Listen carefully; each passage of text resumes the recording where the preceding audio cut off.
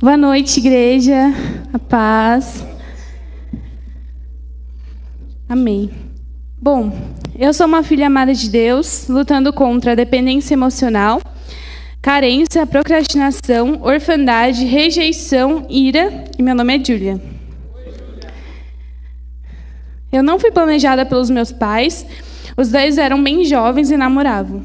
Minha infância é um grande trauma, marcada por muita dor e sofrimento. Meus pais brigavam demais. Eu sempre ficava acordada durante as noites escutando brigas com muito medo. Havia muita ameaça e agressão verbal entre os dois. Meus pais se separavam constantemente. Eu e minha mãe já moramos em 14 casas de aluguel e sempre éramos despejadas porque ela não pagava o aluguel. Minha mãe sempre teve muito ciúme do meu pai comigo. Tudo que ela sentia em relação a ele, ela descontava em mim, me batendo, puxando o meu cabelo. Eu tinha muito medo dela. Lembro de um dia ter caído na dança com uma calça nova que ela tinha comprado. Havia entrado um caco de vidro no meu joelho, mas eu estava fora da competição, mas só conseguia pensar o quanto ia apanhar e decepcionar minha mãe por ter rasgado a calça nova. Sempre fiz de tudo para agradar a minha mãe, mas a cada dia me sentia mais rejeitada e odiada por ela. Eu ia para a cama dos meus pais toda noite e deitava do lado dela. Ela me expulsava e mandava eu ir deitar do lado do meu pai. Ela chamava meu quarto de favela, me chamava de porca e muitas outras coisas, e isso me doía demais, porque eu só tinha 7 anos. Meu pai tocava na noite, sempre deixando eu e minha mãe sozinha. Meu pai traía demais a minha mãe. Lembro de pequenininha andando com ela de madrugada, indo atrás do meu pai nos bares que ele tocava. Mas meu pai sempre foi o melhor pai do mundo. Cuidava de mim, atencioso, sempre se importou muito comigo e sempre fui tudo para ele. Na escola, na minha casa, sempre fazia de tudo para agradar e buscar a aprovação das pessoas. Ia muito na minha avó materna. Lembro de lá ser o meu refúgio e onde eu contava tudo o que minha mãe fazia comigo. Quando eu tinha 9 anos, minha mãe decidiu deixar o meu pai. Estava tendo um caso com o chefe dela. Na verdade, ela disse para mim que me deixaria também com meu pai e conversava com a amante dela, combinando de ir embora na minha frente enquanto eu chorava. Minha casa era marcada por brigas, ameaças, adultério e muito sofrimento. Lembro muito da primeira semana de julho de 2009. Minha mãe colocou uma mala na sala da minha casa, fazendo questão de mostrar para mim e para o meu pai que ia embora. Dia 2 de julho de 2009, uma quinta-feira, um dia bem incomum na minha casa. Minha mãe fez até morango com leite condensado, que na época era minha sobremesa favorita. Foi uma noite bem harmoniosa entre nós 3. Meu pai foi me colocar para dormir como sempre, e minha mãe passou no quarto e disse: "Amor, estou te esperando no quarto." Um grande espanto, porque minha mãe nunca havia chamado meu pai de amor. E nesse dia específico eu capotei. Bom, essa foi a última frase que eu ouvi da minha mãe. Acordei no meio da noite com pessoas falando, fui de olho fechado até a porta. Quando abri meu olho, minha mãe estava na escada morta, cheia de sangue. Durante a noite, meu pai e minha mãe brigaram muito, se bateram. Segundo meu pai, minha mãe pegou uma faca para matar ele, mas ele tomou da mão dela e enfiou nela. Arrependido, tentou se matar, se jogando da laje, mas não conseguiu. Desde esse dia, minha vida virou um inferno. Sem mãe, meu pai sendo preso, tendo que ir numa delegacia com 9 anos falar detalhadamente sobre a minha vida. Lembro de, nesse dia, ter ficado entre a delegacia e o conselho tutelar. E lá descobri que meu pai tinha feito isso. Quando eu voltei para a delegacia, meu pai estava depondo, falando de mim, e saiu chorando, coisa que eu nunca vi, da delegacia e disse: "Filha," ajoelhado também, "filha, me perdoa. Eu vou pagar por tudo que eu fiz." E eu logo gritei: "Pai, eu te perdoo. Eu te amo. Vamos para casa comigo." Cena essa que fez a delegacia parar. Depois disso, fui obrigada a morar com a minha família materna. Eu era muito mais próxima da família do meu pai. Fiquei com depressão, comia compulsivamente, só queria dormir e odiava ir no psicólogo. Minha família havia sido quebrada. Me sentia mais órfã e sozinha do que nunca. Tinha medo de criar relacionamentos na escola, em todos os lugares, porque tinha medo que as pessoas, sabendo da minha história, não me aceitassem. 2 meses após o acontecido, implorei para os meus avós que me deixassem ficar uma semana com a família do meu pai. Com muito custo, consegui. Na semana que eu estava lá, meu pai saiu da prisão. Fiquei muito feliz e só ficava grudada nele. Lembro de logo quando ele saiu, uma mulher apareceu, Ariane. Sempre gostou dele e foi ver ele, e está até hoje lá. Minha madrasta, que eu amo muito. Minha mãe tinha morrido e tenho uma estranha com meu pai. Nem tive tempo de digerir tudo com ele, de termos uma conversa. 2 anos depois nasce o meu irmão. Hoje, o amor da minha vida. Mas antes, alguém que veio para completar uma família da qual eu não fazia parte, da qual me sentia completamente excluída. Fui ficando cada vez mais fechada, carente e sozinha. Aos 11 anos, perco meu avô materno. Meu chão mais uma vez se abre. Aos 13, começo a gostar de um menino na escola. Meu pai quase nunca me falava não, até porque ele tinha tirado a vida da minha mãe. Namorei com esse menino 3 anos. Me tornei totalmente dependente emocional dele e da família dele. Eles me aceitaram e aceitaram a minha história. Eles vinham nessa igreja e me trouxeram. Em 2014, fui no retiro e aceitei Jesus, mas não permaneci. Nesse ano, meu pai foi julgado, que depois de 5 anos em liberdade, teria que ser preso novamente. A família do meu namorado foi para o interior. Parei de ir na igreja porque ia mais por causa dele. Em 2015, meu pai vai preso. Mais uma vez, meu chão se abre. Odiava ficar na minha casa, não queria morar com a minha madrasta e meu namorado estava no interior. Até que a Heloísa Valentim começou a me mandar muitas mensagens para eu ir na célula. Resolvi ir. Fiz os encontros da igreja, perdoei minha mãe porque achava que a culpa toda era dela. Reencontrei meu amigo de infância, Mateus, e nesse tempo começou o Na Brasa. Eu realmente encontrei Jesus e vivi o meu primeiro amor. Orava sem cessar. Só queria viver com Jesus. Em casa, era rebelde e só queria estar na igreja. Decidi terminar o meu namoro porque entendi que não era isso que Jesus queria para minha vida. Doeu muito, porque era nesse relacionamento que eu me sentia amada e aceita. Mas conheci a Jesus e ganhei uma família muito especial. Em especial, bem no começo da minha caminhada, queria agradecer a Edileuza, o Edinho, a Elô, o Mateus, a Lila e o Tico e outros tão especiais que me receberam e me têm até hoje como família. Comecei pela primeira vez a me sentir parte de algo. Conheci o único capaz de me amar da forma que sou, o único capaz de preencher todos os meus vazios. Minha adolescência foi cheia de crises, dores, comecei a entender o que meu pai tinha feito de fato. Eu e ele éramos muito amigos, mas a nova família dele me afastou dele. Então tinha sérios problemas com todos dentro da minha casa. Por ter perdoado minha mãe, toda a raiva que eu sentia passou e comecei a sentir a dor da saudade e a falta de ter uma mãe. Fui cada vez mais conhecendo a Jesus e ele foi mudando a minha vida. Fui crescendo espiritualmente, mas tinha uma ferida muito aberta com o meu pai. Em 2018, tive a maior crise da minha vida por causa da história dos meus pais. Além disso, minha outra irmãzinha nasceu, na qual eu rejeitei de diversas formas. Seria mais uma pessoa na família que eu não me sentia parte. Não aguentava mais de dor na minha alma. Estava decidida a me matar, mas eu mascarava isso muito bem, afinal já cuidava de pessoas. Esse mesmo ano, comecei a namorar o Bruno. Havia conhecido ele em 2016 e já gostava dele há um tempo. Um dia contei para ele a minha decisão de me matar. Que dia marcante. Choramos no carro, ele orou por mim, declarou palavras sobre a minha vida que só poderia ser do Espírito Santo. Penso muito que Jesus usou a vida dele para me salvar. Comecei a fazer terapia, descobri que eu estava vivendo o luto depois de 9 anos. A Débora Piva me chamou para um café e propôs que começássemos um discipulado. Isso foi um divisor de águas na minha vida. Fui curada em muitas áreas, perdoei meu pai de novo e também a minha madrasta. E decidi ser curada pelo Senhor. Com 21 anos, me casei. As coisas continuavam difíceis com a minha família, mas muito melhor. Já amava muito os meus irmãos e tinha um bom relacionamento com todos, coisa que só Jesus pode fazer. Bom, finalizando, a minha vida sempre foi marcada por perdas, rupturas e dor. Mas Jesus mudou a minha história e me escolheu mesmo sendo a mais improvável possível. Hoje, meu relacionamento com meu pai, com a minha madrasta e meus irmãos é de muito amor, apesar das dificuldades. E o 30 Semanas, ele me ajudou muito a não ser mais refém dessa dor, dessa história, e a cada dia tenho saído desse lugar de vítima, e das minhas feridas tem saído poder para curar. Tenho confiado no Senhor e entregado a minha história e as minhas dores.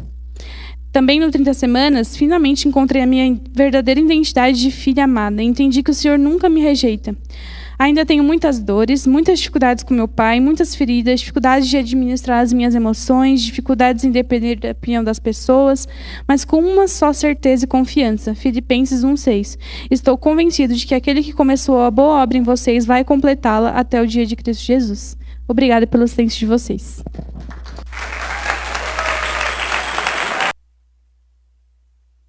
Glória a Deus. Opa. Graça e paz. Boa noite a você, amém? Estão felizes aí ou não?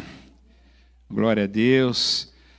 Sou um filho amado de Deus, lutando e vencendo a orfandade. a procrastinação, a ira, a codependência anulativa impositiva, a rejeição. Eu me chamo Edinho. Glória a Deus, queridos. Semana 24, chegamos então na tão esperada decisão 7, decisão reparar, né? Glória a Deus. Depois de vermos aí tantas informações importantes, depois de mergulharmos aí dentro dos nossos corações, de tantas informações, chegamos aí na fase importantíssima para nós, para trazer cura, né? Amém? Importante para nós agora, essa fase é decisiva, agora é os finalmente, como nós sempre falamos aí, dentro de um grande processo. E eu creio que vamos ver esse grande milagre nesse processo daqui por diante, em nome de Jesus. Muito bom. Então, nessa decisão número 7, como nós vemos aqui, já no início, a primeira frase, que é muito importante, nós temos aí como rema, é a frase que diz: eu me disponho a reparar. Vamos repetir isso juntos aqui? Eu me disponho a reparar. Isso, eu me disponho a reparar. E é muito importante termos em mente essa frase, porque vai ser preciso, sim, se nós quisermos ter cura nessa fase importante que é essa decisão número 7. Lucas 6,31 fala para nós o quê? Como vocês querem que os outros lhe façam, façam também vocês a eles, né? Então, que nós possamos fazer para os outros como gostaríamos que fizessem conosco. Então, nós vamos ver aqui o início do processo, como funciona no seu livro aí. Vamos acompanhar também. Temos um outro versículo aqui de Mateus 5,8, que diz para nós que bem-aventurados são os puros de coração, pois verão a Deus. Né? Nós sabemos que realmente é a chave aí para alcançarmos essa graça de estarmos mais perto do Senhor, ser puros de coração, né? E esse processo faz toda a diferença, estarmos puros de coração para alcançarmos cura. Então, como vemos aqui, que chegou a hora de lidarmos com aquilo que nós escrevemos aí nos momentos das escritas das memórias, né? Quantos já conseguiram escrever bem aí, escrita das memórias? Amém, né? Tem bastante coisa escrita já. Então, nós vamos trabalhar com tudo isso, todo esse conteúdo, né? Como diz aqui, muitos guardam aí segredos de uma vida toda. Como diz aqui também, no entanto, esconder essas verdades pode ter um alto preço. E olha o que diz também: a perda do respeito próprio, de energia, de escravidão, diante de maus hábitos, né? São alguns desses altos preços que nós acabamos pagando se nós escondermos, né, informações e até outros pecados que a gente muitas vezes guarda. Então, como diz aqui também, admitir e confessar esses segredos em voz alta tira o poder, né? O grande poder de confessar os pecados. Como diz aqui, tira o poder que eles têm sobre nós, e eles perdem a sua força quando verbalizados. Nós temos a promessa da cura. Amém? Promessa da cura. Aí nós vemos a palavra que nos diz aqui em Tiago 5,16, na sequência. Fala o que para nós? Portanto, confessem os seus pecados uns aos outros e orem uns pelos outros para serem curados. E aí essa parte também todo mundo conhece muito bem, né? Que a oração de um justo é poderosa e eficaz. Tem muito poder quando nós oramos e também tem muito poder quando confessamos aquilo que temos como pecado em nossa vida. E um outro ponto importante aqui, irmãos, a palavra é poderosa. E olha o que nos mostra nesse trecho aqui, que ao verbalizarmos os nossos erros, os nossos segredos, olha o que nós alcançamos aqui. Nós perdemos aquela sensação de isolamento. E aqui eu quero fazer um adendo com você. Sabe quando você tem aquele pecado oculto? Olha para mim aqui agora. Sabe quando você tem aquele pecado que só você sabe que você faz? Sabe? Aquele perigosinho que você fala, ixi, é aquele lá que... Sabe? E aí vem na mente assim e fala, ó, não fala nada não que... não tem problema, ninguém está vendo, não pega nada. Entendedores entenderão, né? Como disse. Quando nós temos a oportunidade de confessar, nós deixamos de nos sentir isolados, porque a primeira coisa que Satanás põe na mente da pessoa é isolar ela. Não fala nada, vai isolando, vai bloqueando a pessoa para que ela não tenha acesso a outras pessoas. Para que ela não ponha a informação para fora, porque se ela confessar, ela vai ser curada. Então, é isso que Satanás quer bloquear. Então, esse é um primeiro ponto. Isolamento. Quando nós confessamos, nós quebramos essa ação de isolamento, essa sensação de isolamento. Uma segunda parte também que nós recebemos quando nós verbalizamos é a relutância em perdoar. Então, quando nós conseguimos verbalizar, nós também recebemos força para estar perdoando, muitas vezes, aquilo que está no nosso coração, aquela mágoa que está no nosso coração, e nós temos dificuldade de pôr para fora. Sabe aquela mágoa que muitas vezes, até de falar, você chora e não consegue nem falar porque te dói tanto? Alguém já passou por isso? Claro, todos nós. Alguns passam por isso por mais tempo, outros por menos tempo, mas quando nós conseguimos verbalizar e pôr para fora, essa dor sai. Por quê? Porque acontece a cura. Então, quando nós conseguimos verbalizar aqui, nós perdemos então essa relutância em perdoar. Então, isso também é algo tremendo, queridos, para a nossa vida. É parte do processo de cura. Vai ticando aí, porque isso daí vai fazer diferença nesse processo para você agora, nessa fase. Se caso ainda tenha algo que você não conseguiu pôr para fora. Outra coisa importante também é sobre a questão da arrogância e do orgulho. Muitas vezes, quando nós temos aquele pecado guardado, aquela situação guardada, gera aquela falsa sensação de que não, eu estou tranquilo, eu não preciso resolver nada, está tudo certo. Lembre-se, muitas vezes o inimigo lança sim aquela situação, olha, ninguém está vendo, não tem problema. Porque é um pecado que só você sabe, só que tem um detalhe. Dentro de você, ao seu lado, perto de você, quem está com você? Deus, e Ele está vendo. Então, é um pecado e tem consequência. Então, muitas vezes, nós achamos que não precisamos consertar. Não, está tudo certo, eu não preciso. Estamos com o erro, guardamos o erro. Estou falando por experiência própria, viu, irmãos? Sofri muito já por isso e paguei o preço por isso. Então, quando nós conseguimos verbalizar, até mesmo essa arrogância cai por terra. Passamos a conhecer um nível diferenciado de humildade, porque confessar, tem que ser humilde para confessar. Falar, errei mesmo, falhei mesmo. Então isso é muito importante. Muito bom.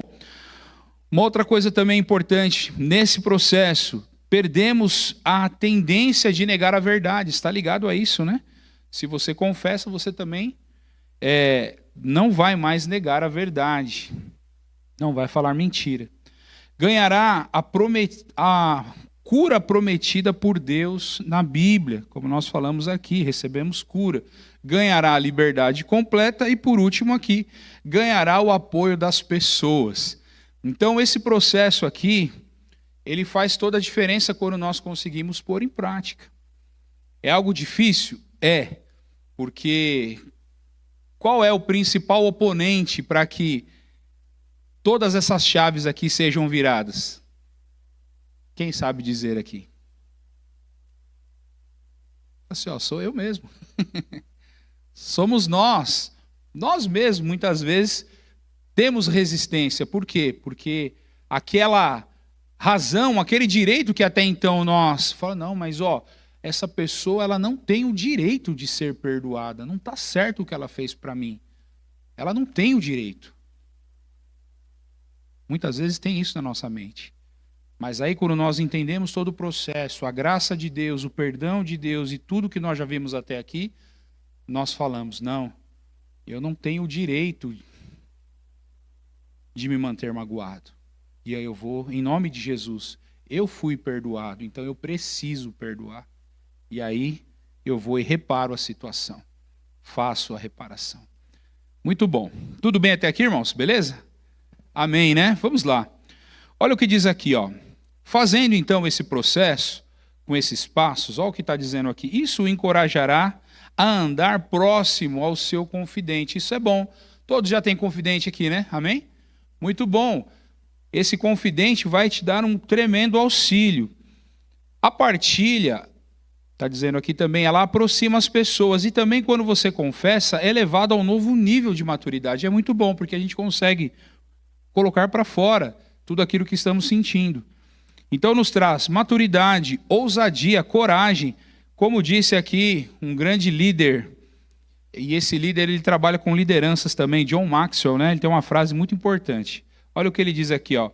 Um homem deve ser grande o suficiente para admitir os seus erros, esperto demais para tirar proveito deles e forte o bastante para corrigi-los. Tremendo, tremendo.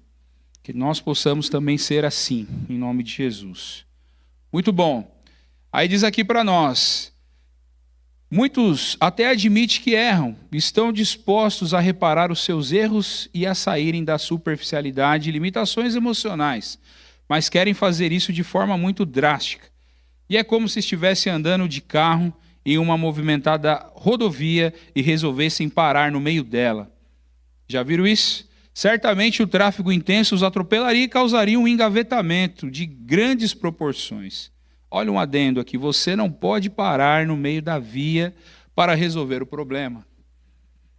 Mas também não pode continuar como se nada estivesse acontecendo. A reparação é exatamente isso.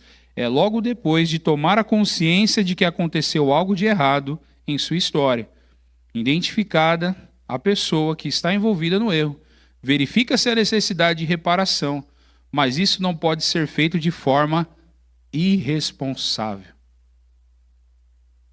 Tudo bem até aqui? Vou dar um exemplo para vocês aqui. Há mais ou menos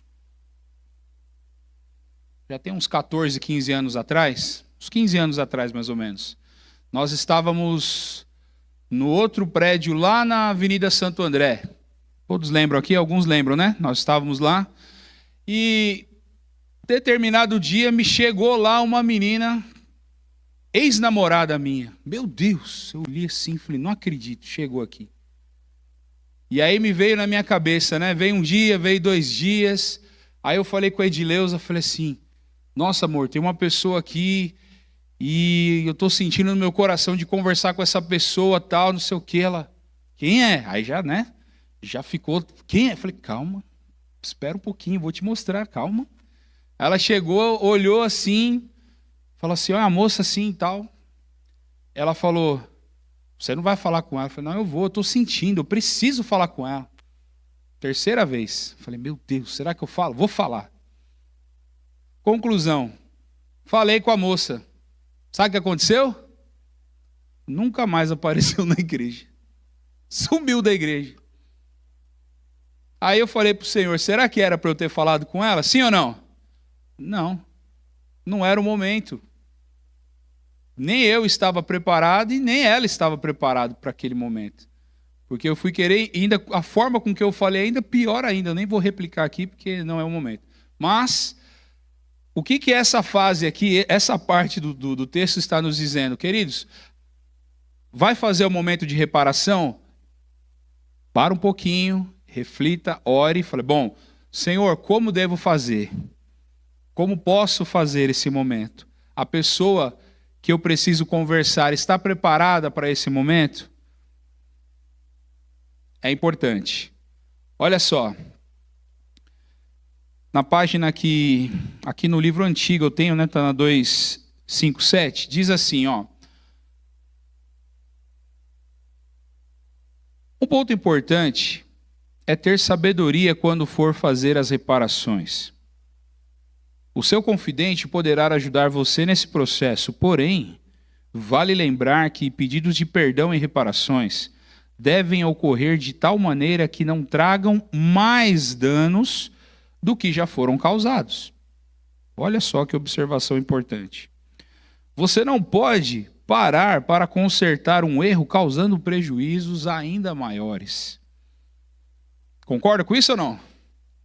Com certeza, né? De repente, que nem na minha cabeça naquela época, puxa, causei um baita de um prejuízo para essa ex-namorada minha, ela está vindo agora, eu vou falar de Jesus para ela. Misericórdia. Ela olhou e falou, o quê? Esse cara está aqui, vou embora daqui. Foi embora. Sabe lá Deus onde está hoje. Então, é algo que nós precisamos pensar, porque muitas vezes o estrago se torna ainda maior pela segunda vez. Então, serve aí a dica, né? Vamos guardar essa dica justamente nessa fase sobre reparar. E esse é o momento, né? Precisamos pensar. Olha só aqui esse exemplo que está para nós no livro. Olha só, um homem, em sua juventude, força a namorada a fazer sexo. Beleza, olha lá. É quase semelhante a essa situação aqui. Passado muitos anos, eles não estão mais juntos. E agora ele vai procurá-la para pedir perdão. Mas ela deve estar casada, com filhos. Pode não ser possível e nem sábio falar com ela. Porém, esse pecado deve ser confessado. Sim, né? Diante de Deus e do seu confidente, né? Essa coisa aconteceu, essa situação aconteceu, precisa ser confessado. Se o Espírito Santo indicar, olha a dica aqui. Pode-se escrever uma carta breve e objetiva fazendo o pedido de perdão. Não vou lá falar com a abençoada lá e tacar fogo lá, misericórdia. De repente até é capaz de vir o marido dela, o que você está querendo que a minha está maluco? Não, misericórdia. Escreve-se a carta pedindo perdão, verbalizando diante de Deus, e Deus recebe. E através disso acontece a cura. Isso é importante. Olha um outro exemplo aqui importante também. Uma pessoa usava drogas e chegou até a traficar. E uma das pessoas que conviveu com ele chegou a morrer de overdose. Por conta das drogas que esta pessoa consumiu, comprando dela, não é possível fazer as reparações através de um encontro. Porém, deve-se falar com Deus. E certamente o perdão acontecerá. Essa pessoa pode se voluntariar para dar palestras em escolas. Também é um outro modelo muito válido de reparação. Importante, irmãos, frisarmos aqui um outro ponto. De tudo isso, qual é o segredo aqui que esses exemplos estão dando ênfase? Eu preciso falar. Eu preciso colocar para fora.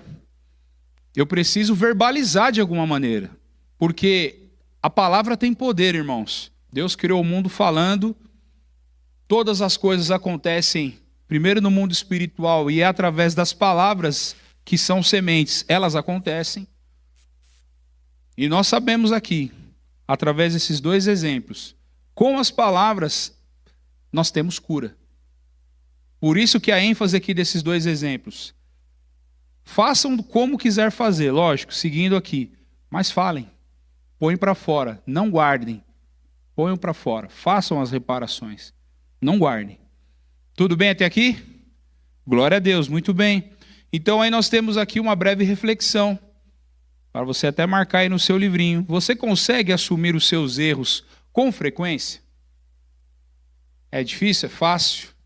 Para mim não era não. Era difícil, hein? Eita, pensa num cara liso mesmo. Não, mas não fiz. Você tá maluco, não fiz nada.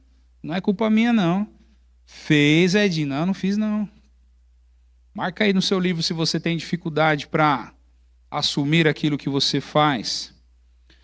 Outra coisa importante também, para nós complementarmos aqui, o que fazer com as verdades descobertas na escrita das memórias, das minhas memórias? Então aqui está a primeira dica aqui. Confesse as suas falhas, ressentimentos e pecados, como nós falamos agora. E aí a gente chega no versículo que estava projetado aqui. Provérbios 28, 13. Olha o que diz aí, ó. Quem esconde os seus pecados não prospera. Olha aí. Mas quem confessa e abandona encontra misericórdia. Glória a Deus. Quem confessa ele e os abandona encontra a misericórdia de Deus. E é tremendo isso. Diz para nós que Deus quer aqui para todos nós que sejamos prósperos, que todos nós possamos admitir o erro, que a gente possa falar, eu sou culpado mesmo, eu fiz. Diz ainda, você precisa confessar francamente os erros e pecados que você descobriu em suas memórias. A confissão é também necessária para a comunhão, pois os nossos pecados erguem uma barreira entre nós e o Senhor, entre nós e a nossa missão, e entre nós e as pessoas. Seus pecados arrancam você dos planos de Deus, os planos que Deus preparou para que nós andássemos neles. E isso é uma verdade, irmãos. Ultimamente as pessoas não têm medo de estar em pecado. Tudo bem se estiver em pecado. Não tem problema, não acontece nada, não pega nada. E isso é sério. É tempo de nós sermos curados. É tempo de nós rompermos aqueles grilhões que nos prendem há tantos anos. Muitos de nós, às vezes, temos promessas de avançarmos em Deus, de ministérios, de planos gigantescos no Senhor, e parece que eles não acontecem. Entra ano e sai ano e parece que a coisa não sai do papel. Já ouviu isso? Já? Quantos de nós às vezes falam, puxa, eu tenho sonhos, tenho profecias que Deus já lançou sobre a minha vida, e por que eles não acontecem? Porque ainda tem travas ainda nos bloqueando e muitas das vezes nós temos medo. Então, este é o tempo de nós rompermos com todas elas, se ainda tiverem, em nome de Jesus, amém? Para que possamos alcançar todas as promessas em nome de Jesus. Então, como diz aqui no final dessa página, não perca nem mais um minuto de sua vida fora do plano de Deus para você. Reconheça, confesse e repare os seus erros, irmãos. Vamos juntos, os nossos, né? E mais uma reflexão diz aqui, você já conseguiu identificar os fatos e as pessoas que te feriram? Se sim, marca aí, marca no seu livrinho. Então, o primeiro ponto, como nós vimos aqui, confesse as suas falhas, ressentimentos e pecados. Qual o segundo passo que eu devo fazer com as verdades descobertas? Obedeça à orientação de Deus, é o outro ponto. E preste conta. Importante também. Olha o versículo de Romanos 14:10. Diz assim, portanto, você, por que julga o seu irmão? E por que despreza o seu irmão? Pois todos compareceremos diante do tribunal de Deus, porque está escrito, por mim mesmo jurei, diz o Senhor, diante de mim todo joelho se dobrará, e toda língua confessará que sou Deus. Assim, cada um de nós prestará conta de si mesmo a Deus. Ninguém vai escapar, irmãos. Todos nós prestaremos conta. E como diz aqui, que a Bíblia é muito rica quando o assunto é prestação de contas. Ninguém vai escapar, irmãos. Todos nós estaremos prestando contas ao nosso Deus. Diz para nós também aqui que a confissão significa que concorda com Deus acerca de seus erros e pecados e que Ele é capaz de restaurar a sua comunhão com a missão dele, consigo mesmo e com as pessoas à sua volta. Muito bom. Obedecer é importante, amados, nessa fase. E dá trabalho, mas vale a pena. Vale muito a pena. Outra reflexão para nós aqui, você se compromete a fazer as reparações? Sim? Glória a Deus. Então marca aí, marca no seu livrinho aí. Olha um outro ponto também, entenda que não há mais culpa para quem está em Cristo. Ou seja, talvez você fale, poxa pastor, mas o que isso quer dizer? Que nessa altura do campeonato não dá mais para ficar aceitando a acusação de Satanás. Se até essa altura do campeonato você ainda sente acusação, o diabo ainda está acusando, não, mas tem ainda esse problema ainda na sua vida, não, você não é digno por isso. Opa, pera lá, negativo. Se você já confessou, já pediu perdão, agora é hora só de reparar, acabou.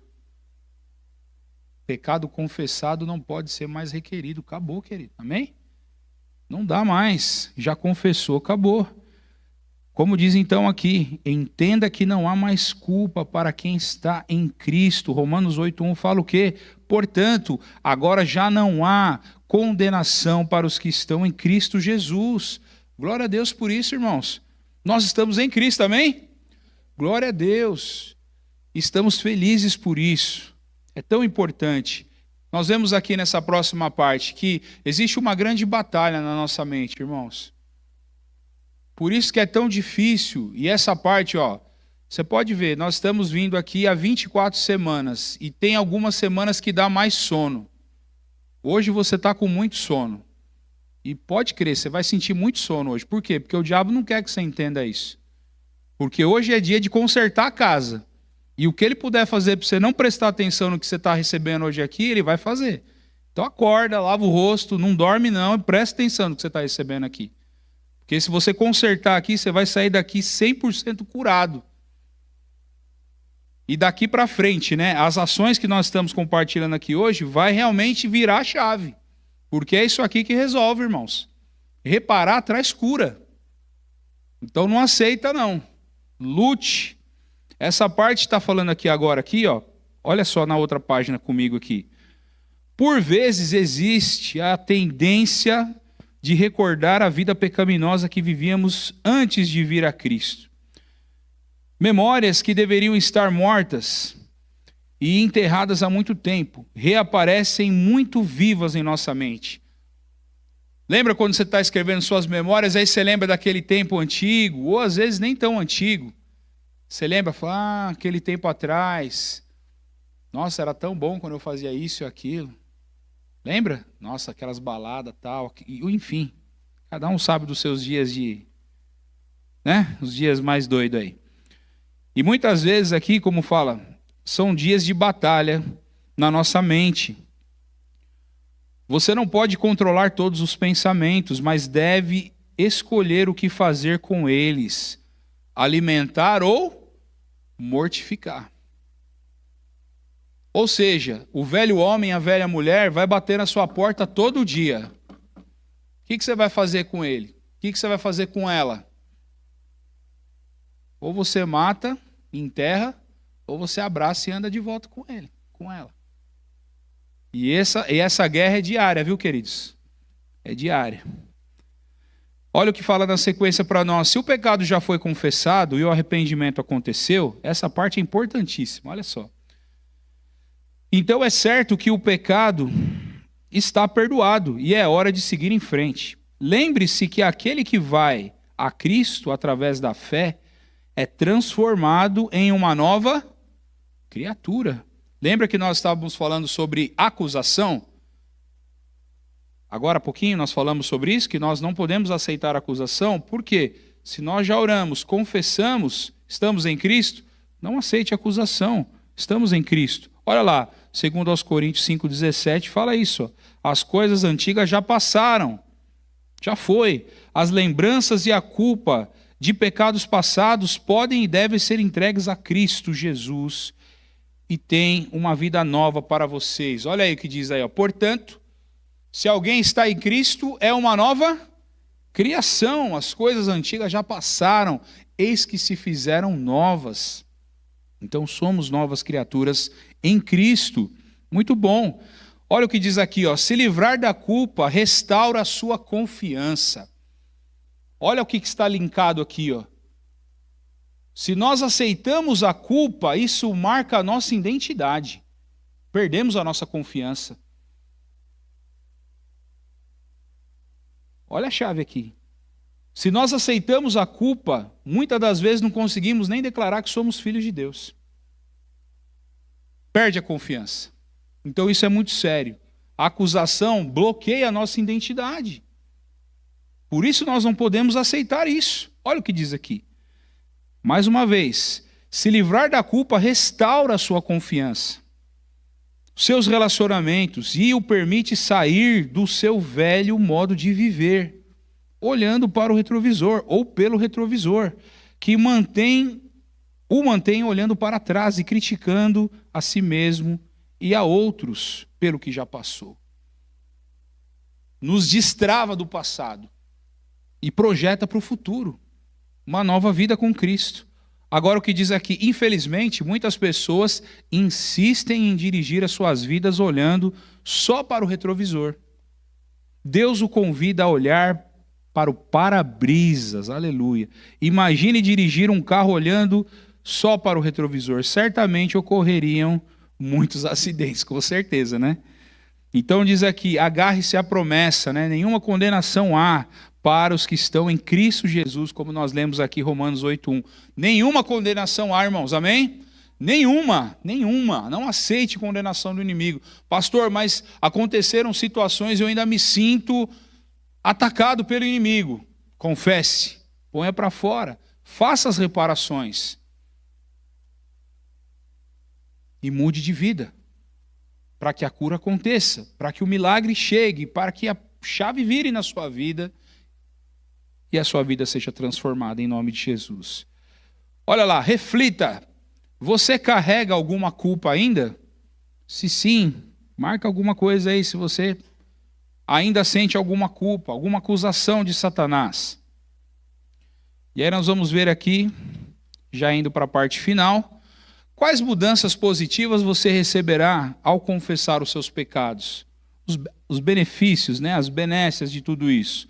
Primeiro, você será capaz de enfrentar a verdade de frente. Olha aí, Salmos 32 é o que fala para nós. Então, eu reconheci diante de ti o meu pecado e não encobri a minha iniquidade. Eu disse, confessarei as minhas transgressões ao Senhor, e tu perdoaste a iniquidade do meu pecado. Tem coisa melhor do que nós recebemos o perdão de Deus, irmãos? Nossa, que maravilha! Sermos perdoados por Deus e amados por Ele, isso é tremendo. Então, enfrentarmos a verdade de frente, não temos o que temer. Isso é um grande benefício, são mudanças positivas quando confessamos o nosso pecado. Olha só o outro benefício aqui. Parar de culpar e julgar as outras pessoas, mais conhecida como síndrome de Adão e Eva. Lembra? Ah, mas foi aquele lá. Não, é por causa disso, é por causa do outro lá que aconteceu. Lembra disso? Acontece, né? Acontece com algumas pessoas em alguns casamentos. Acontece entre alguns lugares. Então, quando nós temos essa prática de confessarmos os nossos pecados, nós temos segurança, assumimos aqui o que acontece conosco. Não, o negócio é comigo. Olha o que diz aqui, ó, Mateus 7, de 3 a 5. Por que você repara no cisco que está no olho do seu irmão e não se dá conta da viga que está em seu próprio olho? Como você pode dizer ao seu irmão, deixe-me tirar o cisco do seu olho, quando há uma viga no seu? Hipócrita, tire primeiro a viga do seu olho, e então você verá claramente para tirar o cisco do olho do seu irmão. Nós entendemos que, primeiro, quando nós tratamos a nossa enfermidade, a nossa cura, ou melhor, a nossa enfermidade conosco, podemos levar cura para o próximo. É um benefício. Você concorda com isso, sim ou não? Curar para ser curado. Amém? Curar para ser curado. O benefício de nós confessarmos os nossos pecados é que nós podemos ser curados e podemos curar outros também. Em nome de Jesus. Esse é o segundo benefício. Muito bom. Olha uma reflexão que diz aqui para nós. Você tem julgado ou atribuído culpa a outros pelos seus erros? Marca aí também. Analisa aí. Olhando por a sua conduta de forma geral. Ah, não, isso está acontecendo na minha vida por tal situação com tal pessoa. Será? Marca aí. Um outro benefício, você aceitará o perdão definitivo. Quando nós confessamos o nosso pecado e entendemos o processo, nós aceitamos o perdão definitivo de Deus. Ele nos perdoou, Colossenses 2, 13 e 14 aqui. Ele nos perdoou todas as transgressões e cancelou a escrita de dívida, que consistia em ordenanças e que nos era contrária. Ele a removeu pregando na cruz. Deixa eu perguntar uma coisa para você aqui. Você se sente perdoado por Deus? 100%? 100%? Tem alguma coisa que ainda te fere, ainda te aflige? Nada? Então pensa assim, se ainda há alguém que nessa fase necessita de reparação, faça. Faça. Não tenha medo, claro, ore, buscando a melhor estratégia, mas faça. Com certeza, Deus vai ser muito glorificado, relações serão restauradas, famílias serão abençoadas. Olha, o impacto é tremendo quando nós reparamos aquilo que se perdeu durante anos, talvez, né? Isso é maravilhoso. Deus é glorificado. Indo agora para a nossa conclusão, diz o seguinte, o apóstolo João escreveu em 1 João 9, esse é um clássico, esse versículo, e principalmente quando nós tropeçamos, esse é um versículo que nos ajuda muito a se levantar. Diz assim, se confessamos os nossos pecados, Ele é fiel e justo para perdoar os nossos pecados e nos purificar de toda injustiça. Para quem confessamos, diz aqui, né? Devemos fazê-lo a Jesus ou às pessoas? Eis a pergunta aqui. Precisamos confessar a ambos, como está falando, é verdade, né? Como a Bíblia nos ensina, a confissão deve ocorrer num ambiente seguro e marcado pelo amor incondicional, mas precisa acontecer. Confesse. Se ainda tem algo a ser falado, fale, ponha para fora. Esse é o segredo. Confesse, fale, põe para fora. Não guarde nada. Aí, diz para nós aqui, experimentar a convicção da sua condição de pecador, através do trabalho do Espírito Santo em sua vida, é extremamente necessário para uma caminhada de qualidade com Deus. A convicção do erro é uma dádiva do Pai, pois o levará a ouvir a sua voz. Não cometa o deslize de deixar que isso o condene. Deixe que sua convicção o eleve a um novo nível em Deus. Não resista a esse processo, receba-o. Ele é repleto de amor. Amados, só corrige quem ama. Só repara quem ama. Só refaz os laços quem ama. Amém? E o nosso Deus nos ama e Ele quer reparar e restaurar tudo aquilo que se perdeu na minha, na sua, na nossa vida. Amém? Glória a Deus, que Deus abençoe vocês. Tem uma pergunta aqui para nós estarmos na partilha, que serve aí para nós como facilitadora. Quais pecados você identificou em sua vida que acha difíceis de serem perdoados? Eis aí a pergunta para nós partilharmos. Deus abençoe, queridos. Daqui a alguns minutinhos estaremos lá na partilha. O Jair vai dar um aviso rapidinho. Deus abençoe. Obrigado, pastor. Deus abençoe. Eu sou um filho amado de Deus, vencendo a ansiedade, a orfandade, a codependência e a ira. Meu nome é Jair. Olá, Deus abençoe. Abraço a todos vocês que também estão no online. Só para lembrar, até dia 10, precisamos ler as nossas memórias para o seu confidente. Então, você procure o seu confidente, marca lá um horário, leia as suas memórias. Por quê? Porque nós estamos na primeira lição do reparar. São 4 lições. Então, você não vai sair, como o pastor acabou de pregar, que você não vai sair reparando de qualquer forma, de qualquer jeito, mas o Espírito Santo vai te dirigir.